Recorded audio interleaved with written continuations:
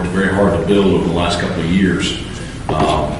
So it's something that's important in our offense, and it was, there wasn't anything there to really position when we got here. So, Shane, I said during preseason camp, I think he's got a chance to be, really special because he can do everything.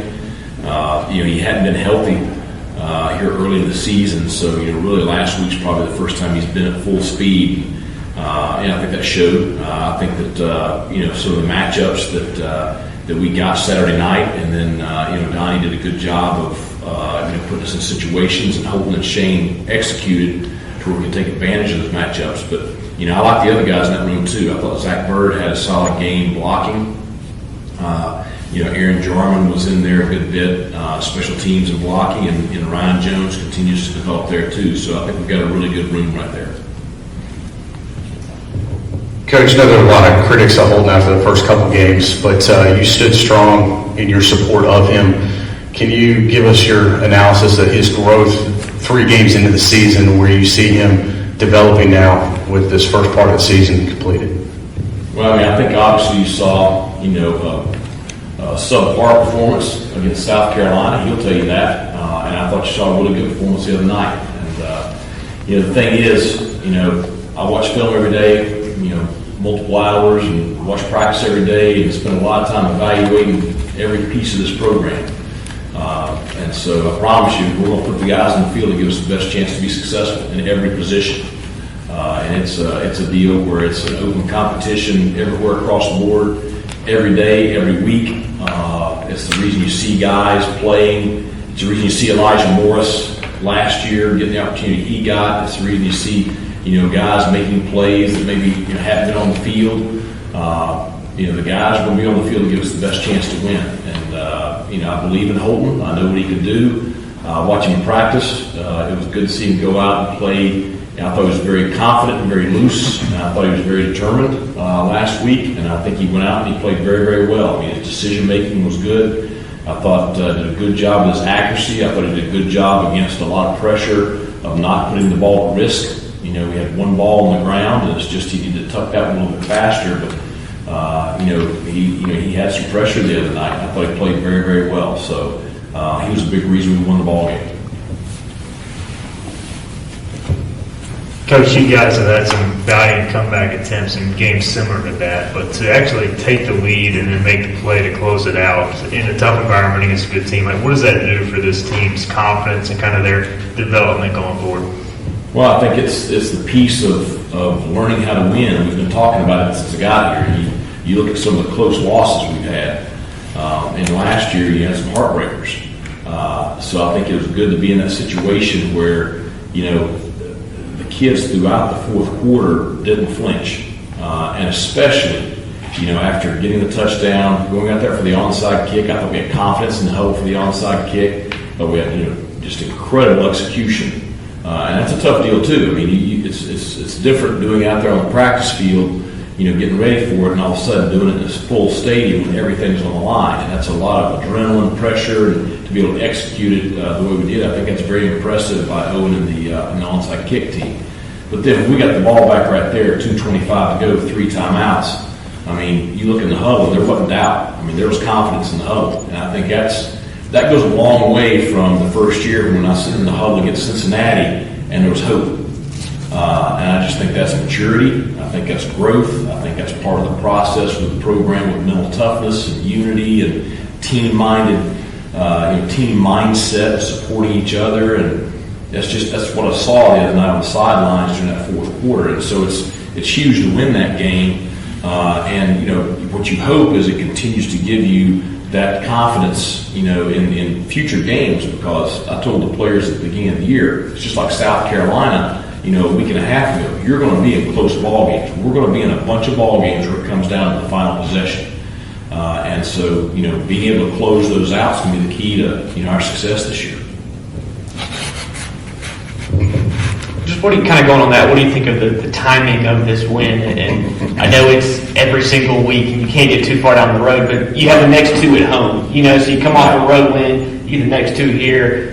You could get a 3-game win streak, that type of thing. The timing of building momentum at this point in the season is the opportunity is there at least. What do you think about that? Well, you kicked yourself coming out of the one 2 weeks ago, a week and a half ago, because you had a shot right there at the end. So you needed this one.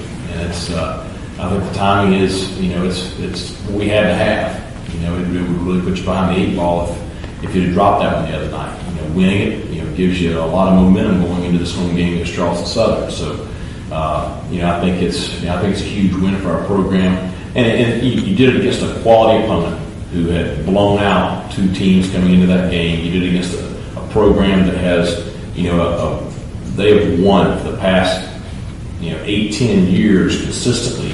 7-win team last year, picked to win Conference USA this year. At their place, a lot of stuff going against you. You didn't go in there and beat just, some slouch. You beat a quality team, and you beat them, playing your freaking tails off. And so I just think there's a lot that can come out of that positively for the program. Coach, going back to the onside kick, afterwards you said we got the look we wanted. With 3 timeouts, if you didn't get that look, was the plan to kick deep then? Well, there's a lot of variations off that deal. So you had a plan if you didn't have the look there in the middle. So we work it a couple times a week, every week, and there's lots of pieces to it. And so the piece that was there, I thought we executed very well to secure the ball. To look at Charleston Southern here, what is the mental challenge of coming off of that win, obviously, but regrouping and not letting that, stray too much in this week, I guess? I think it's the opposite end of the spectrum of what it was when I stood up here last week. Last week, we stink, we have no shot, everybody needs to give up and all that stuff. Now it's the other end of the spectrum, so it's balancing out. That's why I keep telling the kid, you just can't listen to the noise. And it's hard because social media has changed everything. Everybody behind a typewriter or a screen, puts their thoughts out there, and it influences kids. And the thing is, we can't worry about any of that. We got to worry about us. We got to worry about doing the same things we did this week that we did last week, that we did the week before, that we'll do next week. Charleston Southern is a program that are 6-6 in 2019. They were 2-2 last spring. They're 1-1 here. I think they have 2 surprising games. I think that surprising that they beat the Citadel the way they did at the Citadel. Surprising that they lost the way they did to Monmouth. Monmouth is a good football program. They're a ranked team. I expected that game to be very close, and Charleston Southern to have a chance to win it. They turned the ball over some, and they got away from it. But they're going to come in here. This is their Super Bowl. They're well coached. The kids play hard. They're older. We've got to respect our opponent, and we've got to do a great job this week of preparing to go out there and play better this week than we did last week. And that's the thing that hopefully the kids have learned at this point, that they got to listen to their coaches. I've been in this game on both sides. I've been the favorite and I've been the underdog, and we've won some games as the underdog. It's probably one of the reasons I'm standing here today. You got to respect your opponent each week, and so I think that's just so important. And we can't get ahead of Tuesday's practice. We've got to have a great afternoon this afternoon. We got to correct the things we did poorly the other night. We got to improve on the things we did well. We got to push ourselves to get better today, and that's you really can't get beyond that. Coach, just to step back to Saturday night after the game, gave the game ball out. Can you tell us just about that and what the reaction, what that moment was kind of like for you guys? Well, everybody knows it was a tough week last week. It's been a tough couple of weeks. It's a tough week this week for Miles Berry and his family. And certainly, the thing that he was adamant about all throughout the last couple of weeks was his dad wanted him to play. And he wanted to play. He wanted to be with his teammates. He wanted to make the trip with them. He didn't want to come up later. He wanted to be on the flight when we went up there. He wanted to play in the ball game. And I think it says a lot about him that he was able to handle it from a maturity standpoint, from a mental standpoint. But I also think it says a lot about the culture inside of our locker room, that's the place that he feels the safest and the most supported in. Like I said, it just happened. He's FaceTiming with his mom. I came around to talk to him, and just seeing her face and the joy on her face, because I've been through it. It was 2 years ago last week that I lost my dad. So, it's a tough time for him right now. he's going to need all of us. This week he's going to need all of us for the next 2 months because it's we've all been through that process. Mike, you guys had a lot of success in the fourth quarter, digging out of that 17-point hole, running that fast-paced, up-tempo offense. Has there been any discussion with you and your coaches about, no, you can't do that the entire game, but maybe doing it a little more often than just towards the end or when you're from behind? It seemed to be so successful. Well, to a degree. I mean, we made some mistakes there during that tempo session also. But we tried to tempo against App some. We tempoed against South Carolina at times. I mean, it's part of our offense. And so we got to do a better job with it. I thought that we made a couple of mistakes in tempo the other night that, we got to get corrected. But there's times that we're going to go fast. There's times that we're going to go slow. We weren't trying to go fast there at the end. We were trying to burn more clock than we actually burned. But it's part of our spread offense is to be the ability to change speeds.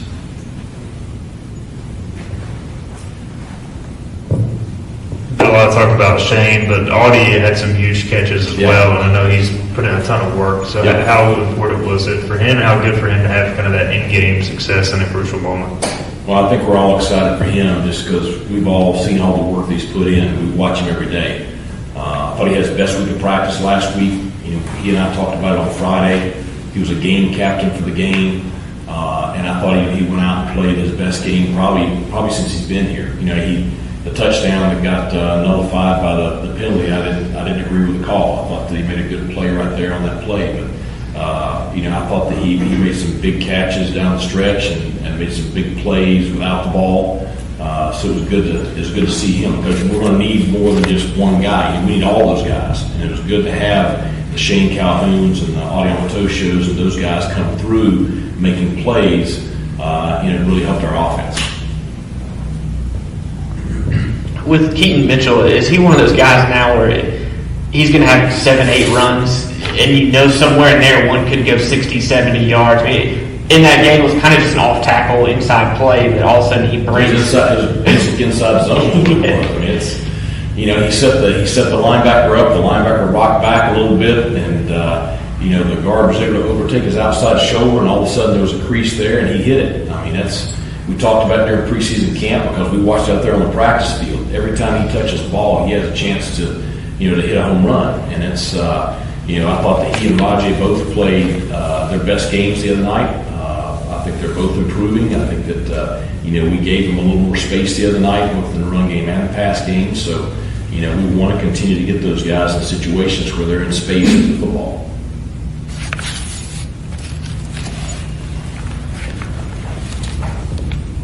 Coach, this week's opponent, is there a personal aspect to you that you really want to beat these guys more than just you really want to beat these guys? Well, I've got some history with them, so yeah. No, it's I got a text from the head coach at the Citadel yesterday, so he'd like to see us win this game also.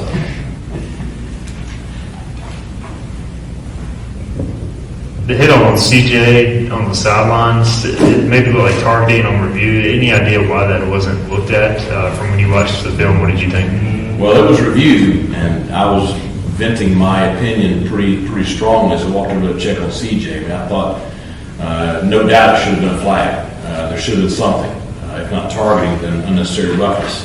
As the ball was beyond him. He's a defenseless player. I mean, at that point, it is a penalty.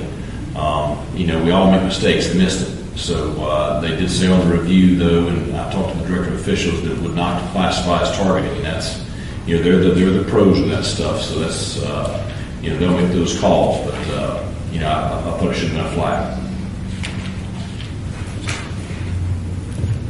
I guess we can ask Coach Harold tomorrow, but a game like that that's so high scoring and a shootout, you give up 647 yards of offense, but win the game. How do you take pride in winning a game like that, despite there being maybe some ugly numbers on the other side?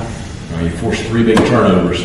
You probably should have had 6. I mean, really, truly. I mean, we dropped 3 interceptions, and we got to make those plays. But you made the play that counted, and that was the interception at the end to win the ball game. So, the days are long gone. I mean, I can remember back, at Lenore Line, our defense one year gave up like 200 and some yards of offense a game. those days were gone. The spread offense and the rules and stuff, and now it's turnovers and stops. Getting turnovers and getting stops, winning in the red zone. And there's lots of things we need to do better this week. I didn't think we did a great job triggering last week. We've done a phenomenal job the week before in South Carolina. I thought we missed some tackles, we misfit some stuff. We did a poor job at times with some things. Now, Marshall had a lot to do with that. That tailback is better than we give him credit going into the game. I think he's really good. The quarterback we knew was good. He's really good. Those receivers, number 11, the tight end, they're good players. So they had a lot to do with that. But we can definitely play better defensively. It's just the game has changed to a degree. It's still about you got to play defense, but it's just how you play it. I mean, the play that Tegan Wilk made on the receiver going into the end zone, punching the ball out, what a great play. And Jaquan recovered that. Malik's pick on the post ball down the middle of the field. 2 plays later, Keaton hits the home run, 88-yard. What a big play right there. And then, of course, the one at the end with Jaquan, in a coverage that we work a lot every week, because you get down there inside the 15-yard line, that's where you got to make your money. And he made the play. Hello, Pirate fans. This is former East Carolina defensive lineman and future Dr. Alex Turner, and we're talking Pirate football on the Sports Objective, your podcast home for the best ECU football coverage.